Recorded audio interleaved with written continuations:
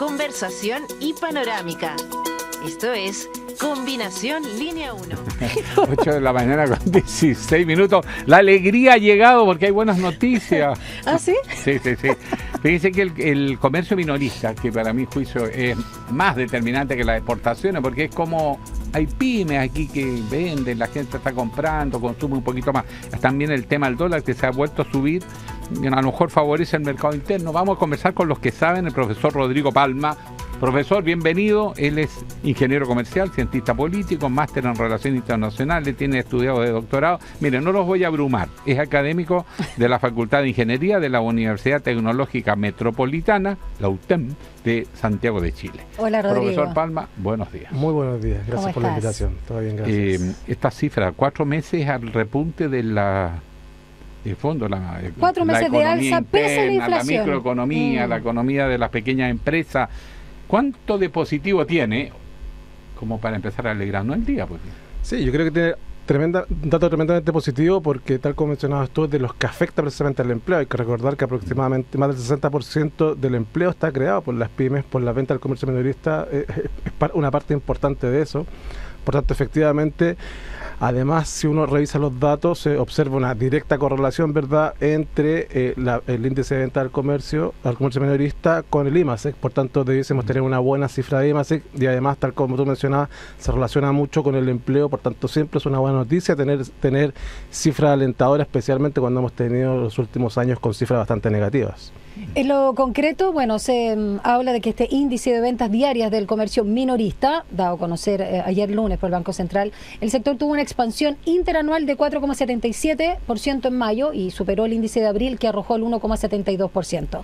Se sabe más o menos en detalle, porque esto se hizo con las ventas diarias, con boletas electrónicas, las transacciones, independiente del medio de pago, cómo, dónde la gente está consumiendo más, porque claro, uno piensa es para comer, no es lo mismo que ir al supermercado o a las ferias libres que estar comprándose ropa, por decirte algo. Bueno, ese dato no lo conocemos porque en este caso el Banco Central nos entrega el indicador, que es un indicador que toma como dato las ventas electrónicas, las transacciones del comercio minorista, las boletas. Por tanto no conocemos el detalle a qué se refiere. Hay que ser prudente entonces con lo que, bueno, tampoco sabemos si la gente se endeuda o no con esta cifra. Yo creo que no está mostrando un endeudamiento, sino que nos está mostrando que hay un aumento en el consumo, y eso es relevante, especialmente considerando los últimos 2 años donde hemos tenido cifras bastante negativas en promedio, y trimestralmente también nos muestra un aumento del primer trimestre, y comparativamente los 2 meses de abril y mayo en comparación con el semestre, con el año anterior, también nos muestra un aumento cercano a un 3%. Por tanto, la verdad es que es una cifra alentadora, interesante, que debiese mostrarnos las señales que ya hemos visto desde el año pasado, señales de recuperación económica, no maravillosas, no espectaculares como nos encantaría, pero cercano a la realidad que tenemos hoy día, que es un 2,5-3% potencial que tenemos de crecimiento en Chile. Ahora, hay varias razones que se explica generalmente el consumo cuando hay fines de semana largos. Dice que la venida de argentinos a comprar a Chile, que también eso está constituyendo un mercado significativo, está viendo en la prensa, pero en fin, vamos yendo por rubro, que es lo que más interesa. No nos metamos con Argentina. Sí, vienen a comprar paneles solares. Claro. Oiga, vienen a comprar 3 metros de 3 metros frontera. Oiga, póngase serio. Ya. El tema es precisamente vestuario, es lo que más subió. Mira. Porque ¿viste? la gente se apretó donde puede ahorrar. Sí. Y lo que más se disparó es vestuario. Y lo otro, por ejemplo, insumos del hogar, equipamiento del hogar. Estufa. Exactamente.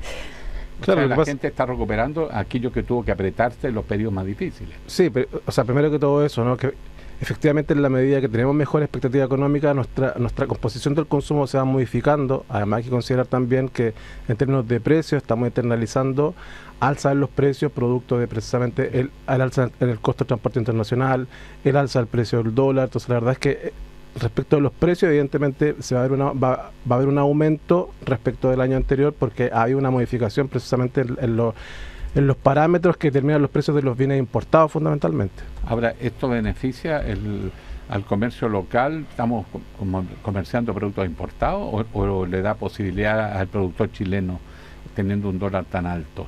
Estaba como casi bordeando los 900, ¿los cuántos? 950, 45. Sí, 940 aproximadamente. La verdad es que, claro, mientras más alto esté el precio del dólar, hace que el productor interno sea mucho más competitivo respecto a la internacional. Ahora tenemos que observar que hay una alta volatilidad. Chile, al ser un país de frontera abierta para el comercio internacional, es un país que hace que el productor nacional tiene que ser muy competitivo para poder competir con los chinos, ¿verdad? Con los productores internacionales. Entonces la verdad es que en términos productivos, evidentemente, si tenemos un alto tipo de cambio, se nos hace mucho mejor para ello. Ahora, para las importaciones, evidentemente se nos encarece. Tenemos que considerar que el 70% aproximadamente de los productos que nosotros consumimos tienen algún elemento por lo menos importado. Entonces, la medida que el tipo del dólar aumenta, hace que todos nuestros bienes aumenten de precio. Rodrigo, así en sencillito, ¿no? Porque a veces el tema del dinero o la macroeconomía nos cuesta entender, generamos cierta distancia y finalmente siempre nos importa si llegamos o no a fin de mes. Entonces, ¿de qué habla esta cifra? ¿Qué es lo que permite vislumbrar como proyección de lo que comentábamos al inicio? Y más allá del desglose que no tenemos, el detalle independiente de lo que comentaba Alejandro, ¿por qué podría hablar de que estamos mejor? Fundamentalmente porque las expectativas de los consumidores, en general nosotros consumimos respecto a nuestras expectativas. Entonces, si nosotros consideramos que el futuro se viene mejor, vamos a aumentar nuestro nivel de gasto hoy día. Eso es lo que estamos observando, que el consumidor tiene mayores expectativas, por tanto está dispuesto a gastar una mayor cantidad de dinero.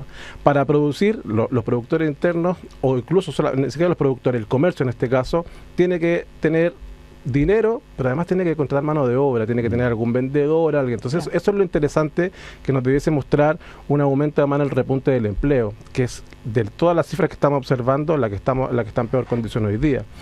Y seguramente la más relevante para las familias. Por eso es que es tan importante este tipo de datos. De hecho, hace un tiempo atrás, cuando veíamos IMASEC, donde se observaba el IMASEC de 2%, pero con cifras del comercio bastante negativas, la verdad es que yo particularmente hacía una lectura bien compleja de eso, porque me interesa mucho cómo se comporta el comercio, precisamente por esto, porque afecta de manera importante al empleo. Ahora, las pautas de consumo en Chile han cambiado significativamente, ¿no? Por esta misma apertura. Por ejemplo, yo me acuerdo que antiguamente la gente consumía los productos de la estación. Ahora aparecen todos los productos en todas partes que son productos importados en realidad. Cuando la gente dice, oye, pero si en Chile no se produce este producto en invierno, pero ahí está, eso es pura importación. Entonces, obviamente, si el dólar está alto, eso también tiene que ver con el IPC. ¿Cómo juega el IPC en este contexto? Bueno, el IPC está complejo, ¿no? Tal como lo adelantó el Banco Central, estamos observando hasta antes de que se confirmara el aumento de las tarifas eléctricas, se esperaba que el IPC convergiera casi al 3% a final de este año. Ya lo estamos esperando un 4,1%, y solamente por el efecto del aumento de las cuentas de la luz. Entonces, la verdad es que hace que este despegue que tiene la economía sea un poco más lento. Tenemos que observar también respecto de eso cómo va a reaccionar el Banco Central. Esperamos que el Banco Central continúe con la baja de tasa y que no haya una sobrereacción respecto a esta presión inflacionaria. ¿Por qué? Fundamentalmente porque es algo temporal, no es algo que vaya a ser constante. Entonces esperamos que el Banco Central diga, bueno, entendemos que esto es temporal, vamos a pasar de un 3 a un 4,1%, pero el próximo año volvemos a la normalidad. Entonces no debe ser una sobrereacción. Sumamente importante. O sea, seguir a la baja de las tasas.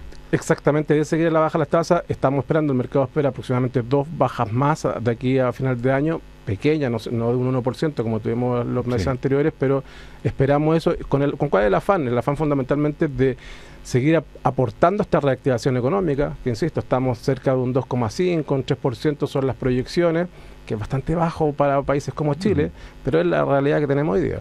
Y la tasa de inflación, ¿cuánto influye? Porque la baja de las tasas de interés, en el fondo las tasas de interés, el precio del dinero. Para poder reactivar una economía es básico que la gente pueda endeudarse para invertir, o porque tiene que hacer inversiones un poco mayores, por ejemplo, en sus casas, en sus negocios, etcétera. ¿Cómo se ven las perspectivas? Bueno, como te decía, de la inflación estamos esperando que sea cercano a un 4,1% durante el año 2024, y para el año 2025 ya esperamos que tienda hacia el 3%, que es la meta real del Banco Central.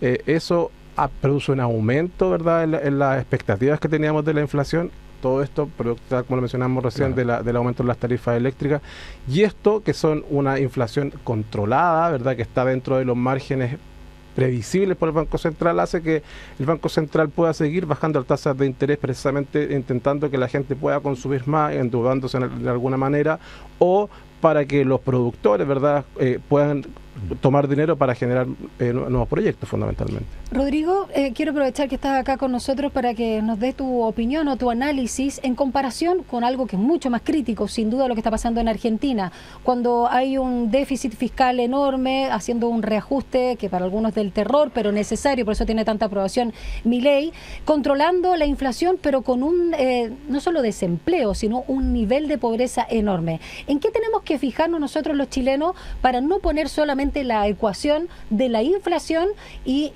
a propósito de la discusión de las pensiones, cuando hablamos de justamente subir o no el 6% y cómo lo repartimos, cuando lo de fondo finalmente son los bajos sueldos y que se cotiza poco, y a la vez no llegar a esas desigualdades que en Chile sabemos que son lamentablemente crónicas? Bueno, uno de los elementos que lleva a la gran crisis argentina tiene que ver con el sobreendeudamiento del sector público, pero que viene desde muchos años, ¿no?, donde precisamente se basa en un populismo importante, donde cosas como la electricidad, el gas, ¿verdad?, estaban totalmente subsidiados. Entonces esto generó finalmente un sobreendeudamiento del sistema público que hoy día lo que lleva al gobierno a hacer un ajuste. La verdad es que el desempleo y todo lo que está ocurriendo es bien de manual, son cosas que, que todo el mundo se esperaba. Ahora hay que ver cómo va a reaccionar la ciudadanía, ¿no?, porque es muy diferente hacer reformas como esa en una situación como la que teníamos en Chile, de una dictadura, a en este caso un gobierno democrático como lo tiene Milei. Hay que ver cómo, ya hemos visto varias movilizaciones y hay que ver cómo va a seguir funcionando eso, porque efectivamente se produce un aumento importante del desempleo, aumento importante en la pobreza. Enorme. Ahora, en una segunda derivada, en un segundo tiempo, efectivamente va a producir un orden financiero y económico que debiese permitir que Argentina pueda despegar. El problema que es le llegue la inversión de afuera, que le crean el cuento. Exactamente. El problema es ver si Argentina va a estar dispuesta, va a llegar hasta allá. Ahora, desde la perspectiva chilena, insisto, lo que tenemos que observar es eso, ¿no? Poner siempre énfasis en la política fiscal, porque la política fiscal tiene efectos importantes, mucho más de mediano plazo. Entonces, por eso es que es tan importante el sistema político, cómo se toman las decisiones desde el sistema político. Menos bono, menos... Exactamente. Algo que yo particularmente tengo bastante una mala imagen, o sea, no tengo buenas expectativas respecto al sistema político. Los políticos en general me producen desconfianza. Sí, los subsidios en general, el populismo de subsidios, exactamente. Creo que hay que tomarlo con mayor seriedad y mucho más focalizado. Yo creo que deben existir ayudas constantemente, pero mucho más focalizadas a aquellas personas que no puedan precisamente cubrir las necesidades básicas para sobrevivir. Pero no podemos generalizar la ayuda, porque si no se nos convierte esa generalidad se nos convierte en la realidad constante. Gracias, bueno, Rodrigo. profesor, ha sido un agrado conversar con usted. Le queremos agradecer. Rodrigo Palma, ingeniero comercial, cientista político, magíster, con estudio de doctorado en economía y académico de la Facultad de Ingeniería de la Universidad Tecnológica Metropolitana de Santiago de Chile. Muchas gracias, Rodrigo Palma. Muchas gracias, buenos días. Hasta luego. Que te vaya muy bien. Son las 8:29, vamos a una breve pausa. Quédate aquí porque tenemos una entrevista muy interesante. Conversación y panorámica. Esto es Combinación Línea 1.